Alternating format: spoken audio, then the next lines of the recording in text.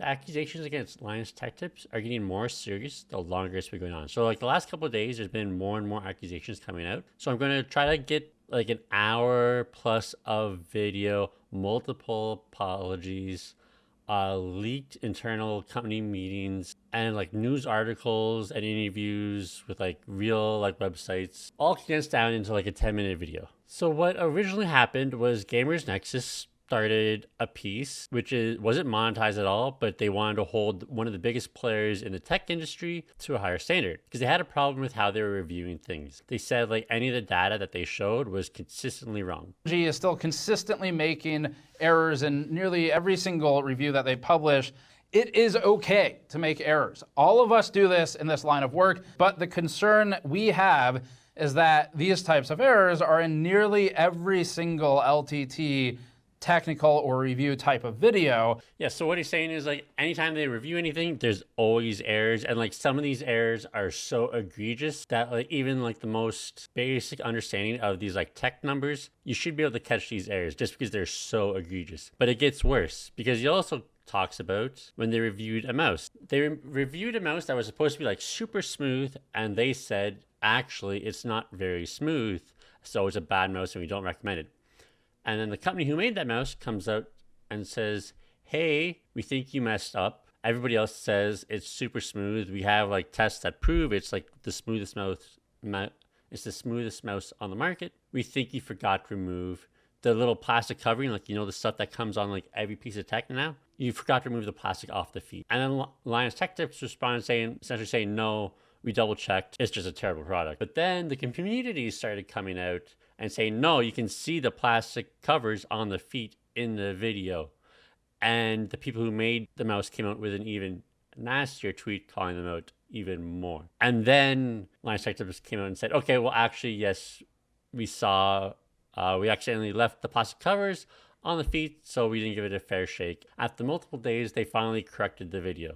And even Gamers Nexus had an issue with how they did the corrections because they just put like an asterisk on the screen to fix stuff, but not everybody is always reading everything on screen. Pretty much like every part of the reviews, Gamers Nexus had an issue with. Because even when like people made corrections, they didn't take the videos down right away. They left the videos up for multiple days until they could like edit the video and replace the video. So you had misinformation being spread to millions of views over those days when they knew that video was wrong instead of just taking it down right away. But the big and like most damning piece that Gamers Nexus brought up was a review of a company called Billet Labs. Billet Labs is a very niche company. They're literally two people who are making a water cooling block for your computer. And if you don't know, these have to be very precise. I'm not going to get into like the super details on any of this, but they essentially sent this water block to Linus Tech Tips along with the graphics card it was meant for.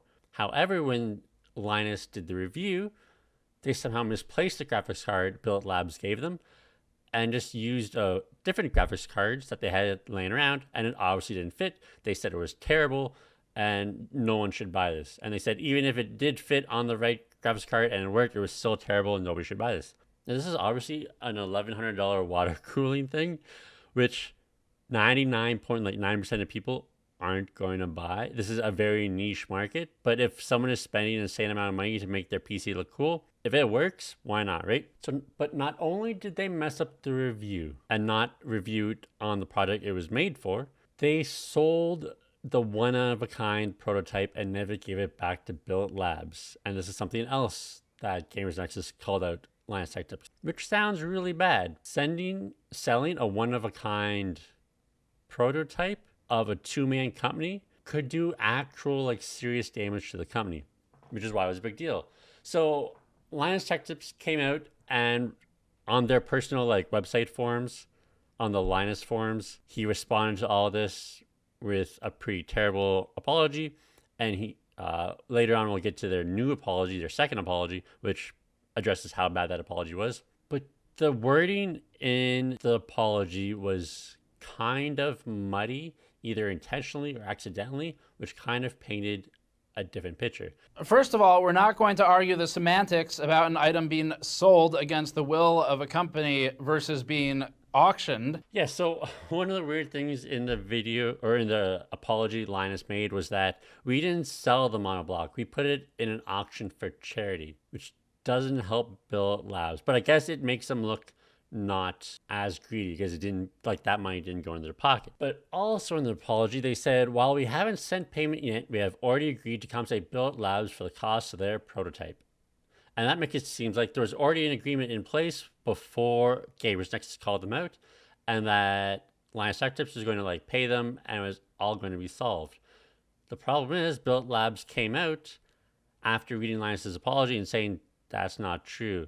The only time you guys contacted us was after Gamers Nexus called you out, and you essentially ghosted us after we brought this to your attention before. So I don't know why you guys are lying about it now. So that looks really bad, because it looks like Linus Tech Tips was lying to try to make the situation seem not as bad as it was. Now I'm going to tell this next part kind of out of order, just because it's all kind of clumped together. And I'm going to talk about the more serious accusations at the end, even though the serious accusations came out before Linus's Tech Tips second video or second apology. So, like, just to recap, the first thing, Gamer Nexus came out with a video pretty much saying how terrible they are at reviewing products and gave multiple examples. And then the second thing was Linus came out to his Linus forums and apologized. And then Gamers Nexus came out with a second video tearing that apology apart. And then serious accusations from another person came out about Linus Tech Tips. We're skipping that until the end, and then we're going to go straight into their second apology. Now, Linus Tech Tips made a second apology, and right off the bat, they screwed up. So all of these videos by Gamers Nexus weren't monetized because they didn't want to profit off of them trying to be like journalistic and try to hold a competitor to a higher standard. So they didn't monetize it because they wanted to look like they're just trying to profit off of drama, right? Linus Tech Tips did not do the same thing. This apology video was monetized, and they had multiple jokes about sponsors, and they even called a sponsor out by name, even though the sponsor didn't actually sponsor this video. It's a sponsor they've worked with in the past. And then they joked about throwing to an LTT store or like a plug or whatever, because that's something they own. But they also didn't actually show any product, but they brought it up, so it's still a plug for their merch, right? So people were upset right off the bat because they placed ads on the video and inside the video as a joke. And people are like, this is a pretty serious issue. You shouldn't be joking. Also, this video didn't address any of these other accusations that I haven't brought up yet by an employee at LTT, even though this video came out afterwards. It seems like they wrote the script for this video, recorded it, and were going to upload it. And then these new accusations came out, and instead of just like pausing this video and delaying another day or two so they can address that as well, they're like, just put the video anyways and just ignore the other accusations that just came out. And honestly, this apology is pretty much what you expect. It's all the heads of the departments coming out, apologizing, and saying we're going to make steps to fix these issues to be better reviewers, essentially, and to try to reduce the stress on our employees and give them more time to work on projects, and that they're not going to put out a video for at least the rest of the week so they can work in-house to try to fix all of these issues. But it was all very much corporate speak of just saying like, we're sorry, we're going to do better, which they should have just said in the first place. But a couple of key parts. This whole monoblock, Billet Labs, they did clarify and said this. She was brought up to me via email, even though I replied 2 hours later, apologizing and offering to pay for the component. I forgot to actually include our contact in that email. So it went to our procurement team instead of Billet Labs. So essentially, Billet Labs reached out to them saying, hey, where is our prototype? What is going on? Blah, blah, blah. Did you auction it off? Like, this is crazy. And they responded 2 hours later. They just forgot to send it to them. They sent it without adding their address, so it just was sent internally, and it never made it to them. So they did try to reply to Billet Labs before the Gamer Nexus video came out. It was just a mistake that they didn't. And then we had Linus come out and apologize for his weird form apology. And my lame response on the forum was a huge and unnecessary blunder. I owe you guys better, and I'm sorry. For my part, first, I'm going to be working through the other members of the exec team for any crisis communication moving forward. Yeah, so it seems like he's not gonna like get emotional anymore, supposedly, and go rogue when addressing accusations. He's gonna let the executive team that he hired and are paying to do their job, which is smart. Now, if only that's where the accusations stopped, it wouldn't be so bad for Linus Tech Tips. Unfortunately, a lot more serious accusations came out from Madison. So she used to work for Linus Tech Tips and left. She was also pretty popular. She was like the social media role, but she was also on videos. I think she was like in one of their most popular videos. I think it's like still in one of their top 5 most viewed videos of all time. And she came out, or like she left the company kind of disgruntled. And she decided to talk about it. Now, I'm not going to read all of this. You should definitely go and read this all if you're interested. But there's a couple big points that she brought out. First, she also agrees that people are overworked, people are expected to do too much, and they don't have enough time, and the product suffers. She was, while there, she was expected to do way too much, and now that she left, it seems like an entire team is doing what she was doing before she left. Now, the more serious accusations come into the fact that she was also harassed, inappropriate jokes were made around her. When she got feedback from her managers or higher up in the company, it was completely inappropriate feedback, calling her garbage and trash and blah, blah, blah, blah. She was also heard people using all kinds of slurs, and that anytime she brought up any of this to anybody in the company, whether it was like the internal HR or to one of her managers or anything, they would just call her dramatic and to have more fun, and like kind of just downplayed everything. And it gets worse, because not only was it just like kind of like a quote unquote boys club with like dirty jokes and stuff and inappropriate remarks being made about her, she was also grabbed inappropriately multiple times, according to her. And it gets worse because she was expected to work so much and she didn't feel like she could take any time off of work, that her mental health declined so badly that she self-harmed herself so badly that she had to go to the hospital to get it stapled shut.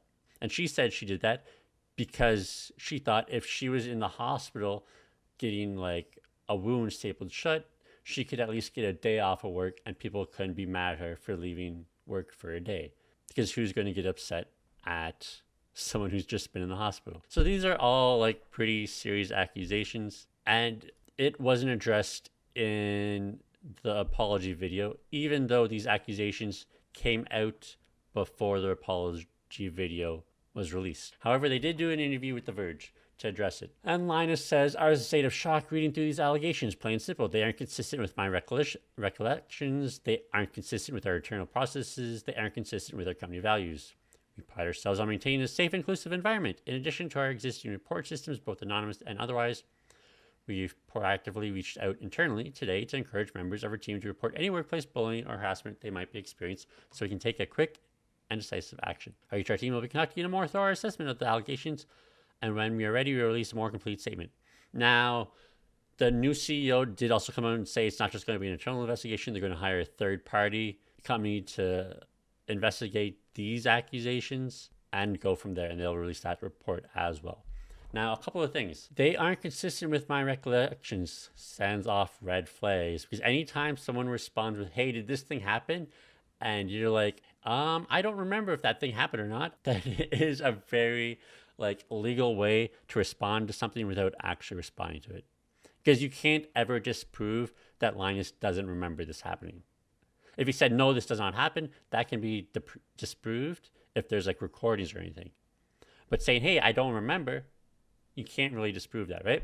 And speaking of recording, one day after Madison quit Linus Tech Tips, they had an HR meeting. And how do we know this?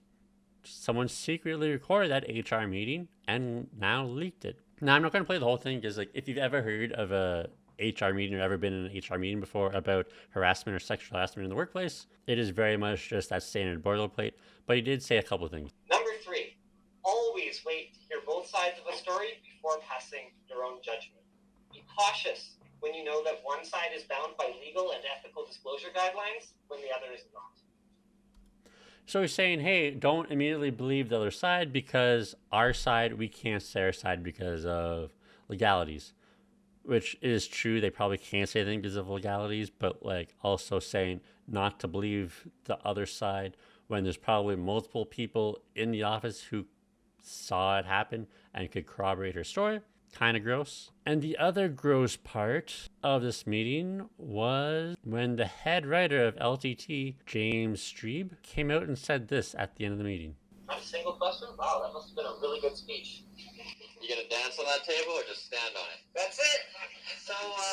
So you are in an HR meeting with them laying out the steps you can take to deal with harassment in the workplace, and then you're going to make that joke. Now, obviously, that joke, he's telling it to Linus. I'm sure Linus wasn't offended by it, but like, talk about not being able to read the room.